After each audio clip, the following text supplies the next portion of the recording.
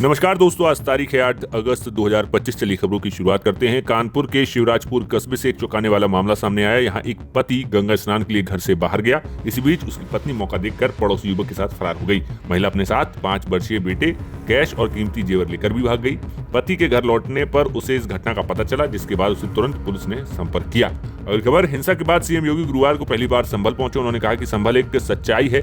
जिन लोगों ने संभल के साथ पाप किया था उन्हें सजा मिलेगी। जो लोग संभल को दंगाग्रस्त बताते थे उन्हें इसकी कीमत चुकानी पड़ेगी।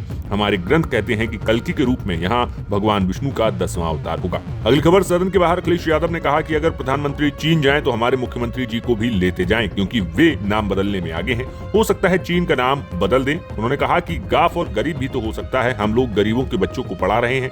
हमारे लिए गाफ और गरीब है। हो सकता है बीजेपी के लिए गाफ और गधा होता हो। अगली खबर, कानपुर में सीजीएसटी ने एक बड़े फर्जीवाड़े का पर्दाफाश किया। मोहम्मद फरहीन नाम के एक व्यक्ति ने दर्जन भर शेल कंपनियां बनाकर करोड़ों रुपए की टैक्स चोरी की। उसने अपने नौकर के नाम पर भी एक कंपनी खोली थी, जिससे लगभग 6 करोड़ का कारोबार हुआ था। अगली खबर, मेरठ में फूड विभाग के अधिकारी एक दुकान पर जांच के लिए पहुंचे। उन्होंने दुकान में मिठाई खाई, फिर दुकानदार से बात की और 5 डब्बे घर के लिए भी मिठाई पैक करवाकर गाड़ी में रखवा ली। ये पूरी घटना दुकान में लगे सीसीटीवी में कैद हो गई है। अगली खबर, राहुल गांधी ने वोट चोरी के गंभीर आरोप लगाते हुए लंबा चौड़ा प्रेजेंटेशन दिया। महाराष्ट्र, हरियाणा और कर्नाटक के चुनाव में डुप्लीकेट वोटर, फर्जी पते और फॉर्म 6 के दुरुपयोग जैसे आरोप लगाए। उनके इन तमाम आरोपों को चुनाव आयोग ने निराधार बताया और हलफनामा मांगा है। उधर बीजेपी ने भी राहुल गांधी के आरोपों पर पलटवार किया। अगली खबर, सहारनपुर में मां शाकुंभरी यूनिवर्सिटी में जल भराव हो गया। यूनिवर्सिटी की कुलपति को ट्रैक्टर पर सवार होकर घर लौटना पड़ा। इसका वीडियो सोशल मीडिया पर वायरल हो रहा है। अगली खबर, लखनऊ में एक डिलीवरी बॉय महिला को सामान देने गया था। महिला ने उसे पहली मंजिल पर आकर सामान देने के लिए कहा, जिसे उसने मना कर दिया। इसके बाद एसयूवी में सवार होकर एक जेल अधिकारी आया और उसने डिलीवरी बॉय की जमकर पिटाई की। अगली खबर, झांसी के सिमरदाबाद में पिकनिक मनाने गए 2 युवकों की तेज बहाव में बहकर डूबने से जान चली गई। मृतक शहनवाज और साबित गर्मी से राहत के लिए पानी में उतरे थे, लेकिन अचानक पानी का बहाव बढ़ने से दोनों हादसे का शिकार हो गए। हादसे के बाद मोहल्ले में मातम छा गया और बांध के पास सुरक्षा व्यवस्था पर सवाल उठने लगे हैं। अगली खबर, सीतापुर में पत्रकार की हत्या के मामले में बड़ी कार्रवाई हुई। पुलिस मुठभेड़ में इस केस से जुड़े 2 इनामी शूटर मारे गए। दोनों पर 1-1 लाख रुपए का इनाम था और कई दिनों से वे फरार चल रहे थे। पुलिस के मुताबिक मारे गए अपराधियों के तार संगठित गिरोह से जुड़े हो सकते हैं और उनसे बरामद हथियारों की जांच की जा रही है। अगली खबर, प्रयागराज में यूपी एसटीएफ को एक बड़ी सफलता हाथ लगी। झारखंड का कुख्यात अपराधी आशीष रंजन सिंह उर्फ छोटू सिंह मुठभेड़ में मारा गया।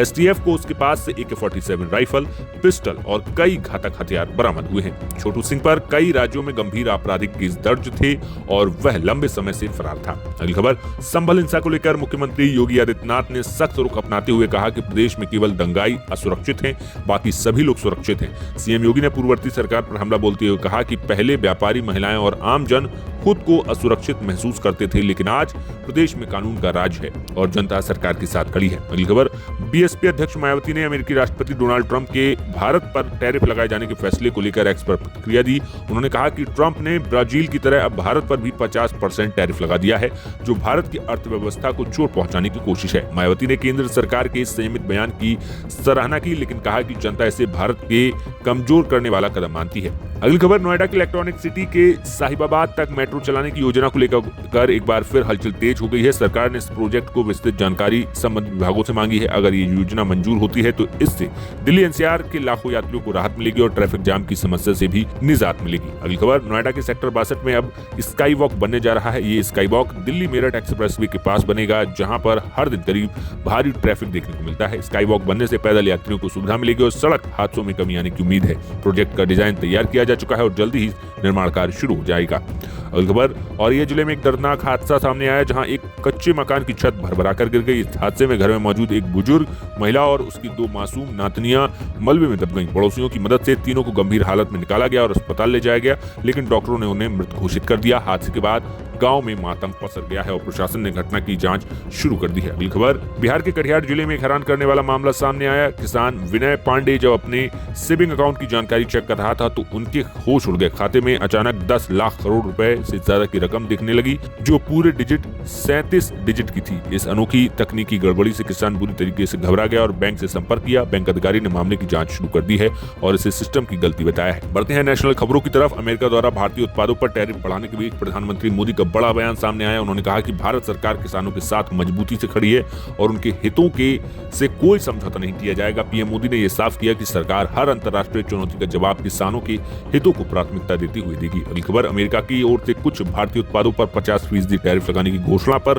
भारत ने तीखी प्रतिक्रिया दी। भारत सरकार ने कहा कि वह अपने आर्थिक और व्यापारिक हितों की रक्षा के लिए हर जरूरी कदम उठाएगी। इस घटनाक्रम का भारतीय शेयर बाजार पर फिलहाल कोई बड़ा असर देखने को नहीं मिल रहा।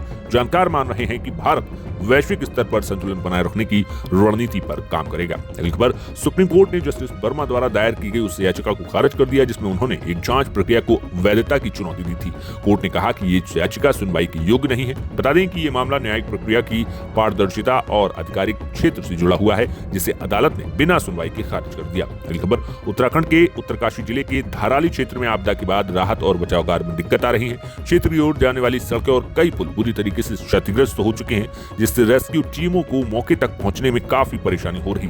खराब मौसम भी राहत कार्यों को प्रभावित कर रहा है। प्रशासन ने कहा कि हालात पर नजर रखी जा रही है। अगली खबर, बिहार में वोटर लिस्ट में गड़बड़ी को लेकर राहुल गांधी ने इंडिया गठबंधन की बैठक बुलाई। बताया जा रहा है कि ये बैठक डिनर डिप्लोमेसी के तौर पर भी काम करेगी, जिसके जरिए विपक्ष सरकार को घेरने की रणनीति बना रहा है। राहुल गांधी इस मुद्दे को लेकर चुनाव आयोग पर भी सवाल उठा चुके हैं। विपक्ष इसे लोकतंत्र के लिए खतरा बता रहा है। अगली खबर, धराली में चल रहे राहत कार्य में अब तेजी आई है। सेना और एनडीआरएफ की टीमों ने 13 घायलों को एयरलिफ्ट कर सुरक्षित स्थानों पर पहुंचाया है, जबकि 85 लोगों की मातली हेलीपैड तक लाया गया। राहत सामग्री को चिनूक और ALH जैसे उन्नत हेलीकॉप्टरों के जरिए प्रभावित इलाकों तक पहुंचाया गया है। प्रशासन ने कहा कि अगले 48 घंटे बेहद अहम है। अगली खबर, अमेरिका के राष्ट्रपति डोनाल्ड ट्रंप ने भारत पर टैरिफ बढ़ा दिया है। ट्रंप ने भारत पर 50% टैरिफ लगा दिया।